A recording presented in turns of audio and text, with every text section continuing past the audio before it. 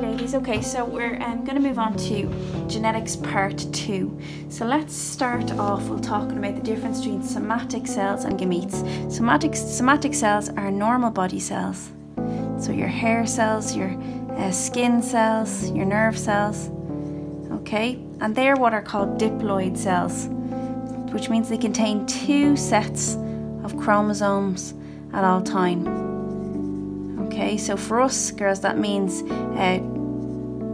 23 chromosomes by 2. Okay, we get 23 from our mum and 23 from our dad, which means we've got 46 overall. Okay, gametes on the other hand, girls, are our sex cells, sperm for men and eggs for women, and these are haploid cells, which means they contain only 23 chromosomes.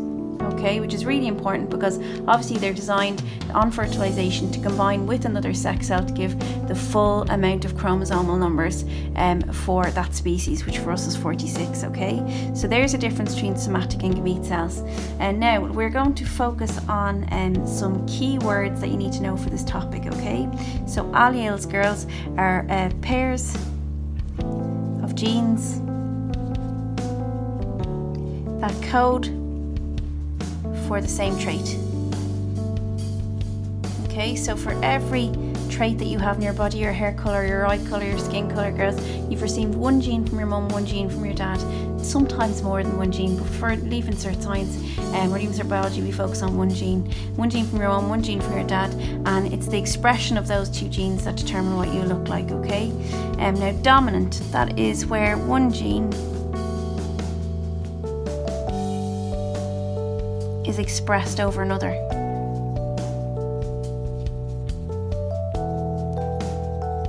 So you might have the gene for blue eyes from your mum and the gene for brown eyes for your dad. That brown eye gene is dominant over that blue eye gene, therefore you look like you've got brown eyes. Okay, recessive is the opposite then, where 1 gene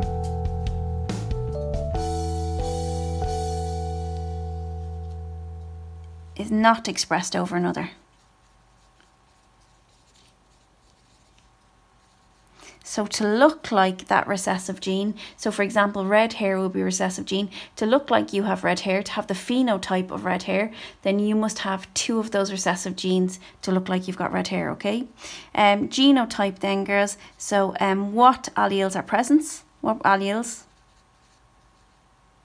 Oh, I'm spelling that wrong. Right, what alleles are present? So that could be, for example, the brown eye, blue eye example would be big B, little b. Okay, that's your genotype. Your phenotype is your physical description. So what you look like. Do you have brown eyes? Do you have blue eyes? Do you have red hair? Do you have blonde hair? Your physical description. Okay, I'm trying to keep this as short and easy as possible. Homozygous, where 2 of the same alleles are present.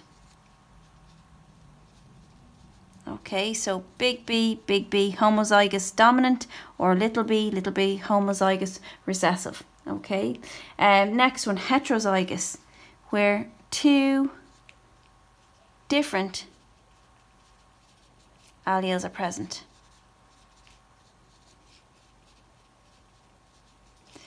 Big B, little b. Okay, that's heterozygous.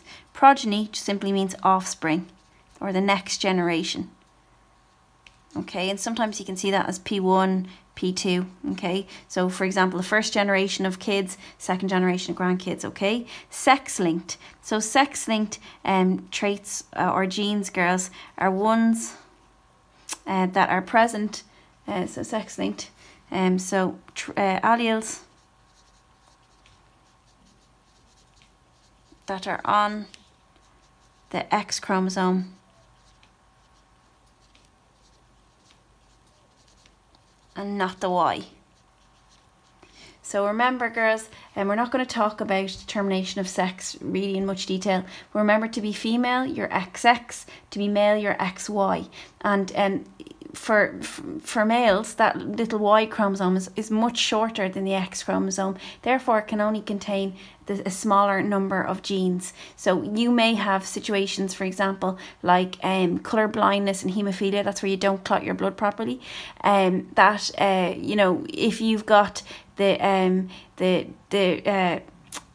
if you have the gene for haemophilia on your X chromosome and you don't have another one on your Y chromosome, you're more likely to have it. That's why colour blindness and haemophilia is more likely to be present in males than it is in females, because that Y chromosome can't carry another allele to dominate the one that's causing the problem, the colour blindness or the haemophilia. Okay. Incomplete dominance, girls. We look at that in terms of cattle, short-horn cattle. Okay, so incomplete dominance is where both traits are equally expressed, and that is for so short-horn cattle would be 1. Okay, and snapdragons as well. Okay, so for short-horn cattle, that is where a red cow and a white cow breed to have what's called a roan cow. It's like somewhere between red and white. And for snapdragons, girls, it's a white flower and a purple flower come together to make a kind of a pinky flower. All right. Okay, a white flower and a red flower come together to make a pink flower. Okay, now, so let's go to Gregor Mendel and his law. So Gregor Mendel was a monk, an Austrian monk, and he came up with 2 laws that really help us explain genetics. So he bred pea plants over and over again, and by spotting patterns in these, he was able to come up with these 2 laws. So law of segregation, okay? So so every trait is controlled by 2 alleles. Okay, these separate on gamete formation. Okay, so he's saying there that when our sperm and egg are made, only one of our genes goes into each sperm or egg. So for example, if you're somebody that has a brown gene for eyes and a blue gene for eyes, in each egg that you make, there'll only be 1 gene present. So you could have half of your eggs with brown gene, half of your eggs with the blue gene. So that's what segregation means, okay? Law of independent assortment, girls, is essentially that any sperm can meet any egg. Okay, so we can't control, unless you're doing IVF or something like that, we can't control what sperm meets what egg, so therefore we can't control what allele pairs up with what allele, okay? So that is the law of independent assortment. So between so there are 2 really, really important laws that you need to know. Now, let's talk about genetic crosses. So genetic crosses, girls, we're going to focus on now. So we're going to start off with a simple genetic cross. This would be kind of one that you might get in an ordinary level paper. So starting off with a homozygous brown-eyed man met and had children with a heterozygous brown-eyed lady. Okay. Now remember our 2 Mendel laws. Our first Mendel laws is that these genes or alleles will separate on gamete formation. So this is the man, so big B, big B. This is the lady, big B, little b. Okay, so they separate in formation. So we have a sperm with a big B gene. We have another sperm with a big B gene. Okay, we have an egg with a big B, and we have an egg with a little b. Okay, let's see what happens when they combine in the different ways. Okay, so here we get big B, big B. That's the genotype of the baby. The baby here will look like it has brown eyes and it's homozygous for brown eyes. Here we've got big B, big B. Again, the baby will look like it has brown eyes, and again, it's homozygous for the dominant trait. And here we've got big B, little b, and here we've got big B, little b. Okay, so we've got all the only possibility here is that that they will have the only possibility here is that they will have brown-eyed babies, but you've got 2 that are homozygous for the dominant trait and 2 that are heterozygous genotypes. Okay, but they will all look like all their phenotypes will be brown eyes. All right, okay, so that's a simple genetic cross. Let's look at something that's a little bit more complicated now. So this is a genetic cross, girls, where we have 2 separate alleles being crossed at the same time. So it's called a dihybrid cross. All right, so we've an organism now. It doesn't say what the traits are, so it doesn't really matter. Big S, little s, big T, little t. Okay, and little s, little t, little t. Okay, so if there's no linkage, that means that that these alleles alleles are not present on the same chromosome, there can be any different ways. There can be, they can assort in any different way, okay? So what we do here, girls, is we look at each one individually. So we look at this one first, okay? And what we're trying to do is we're trying to make our gametes for this. So for the gametes for this, girls, okay, big S can combine with big T, okay? This one here, big S can combine with the little t, there, okay? Little s can combine with the big T, and little s combine with the little t. So we're making up our gametes, and they are assorting in every different method possible, okay? Then we've got our little s and our little t's. So our little s and our little t's, so this can only form one type of gamete. Little s, little t, little s, little t, little s, little t, little s, little t. And then it's just a cross like we've done already, okay? It does look a little bit more complicated, but it's not, okay? So big S, little s, big T, little t. Big S, little t, little t. Little s, big T, little t. Little s, little t, little t. Doesn't matter what order you write your alleles in, girls, but I'd like putting the capital first if I can. Let me see, big S, big T, little t. Big S, little t, little t. I'll just do to this line and you can do the rest yourselves. Little s, big T, little t, and little s, little t, little t.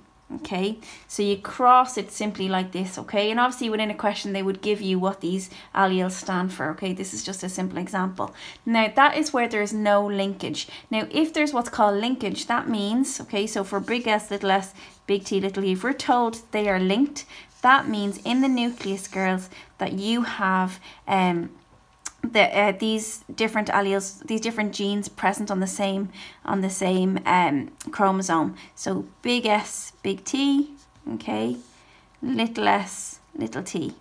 Okay, so do you see that there? They are present on the same chromosomes. That means if this is the case, girls, and if we do it for this one as well, little s and ss and little tt, okay, that means they're all present on the same chromosome again. So you've got little s, little t, little s, little t. That means here they can only combine together. So big S has to stay with big T, little s has to stay with little t, and so on, okay? So actually that will be more similar to a singular cross like we've done already, okay?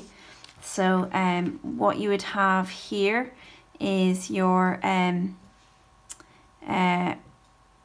me see, so we'd have S and T and S and T crossing with S and T and S and T. So it would look more like this. So here we'd get big S, big T, little t, little s, little t, little t, and we get big S, big T, little t, and little s, big T. So that's if there's a linkage, okay? Now, I haven't seen many examples in your exam papers of dihybrid cross with linkage, so I think it would be very unfair if they gave it to you this year. So I think that's kind of, you know, it's in your textbooks, but it's not something that I've seen much in exam papers. So it's more important that you're able to do this type of dihybrid cross. So girls, I hope that's okay. Thank you.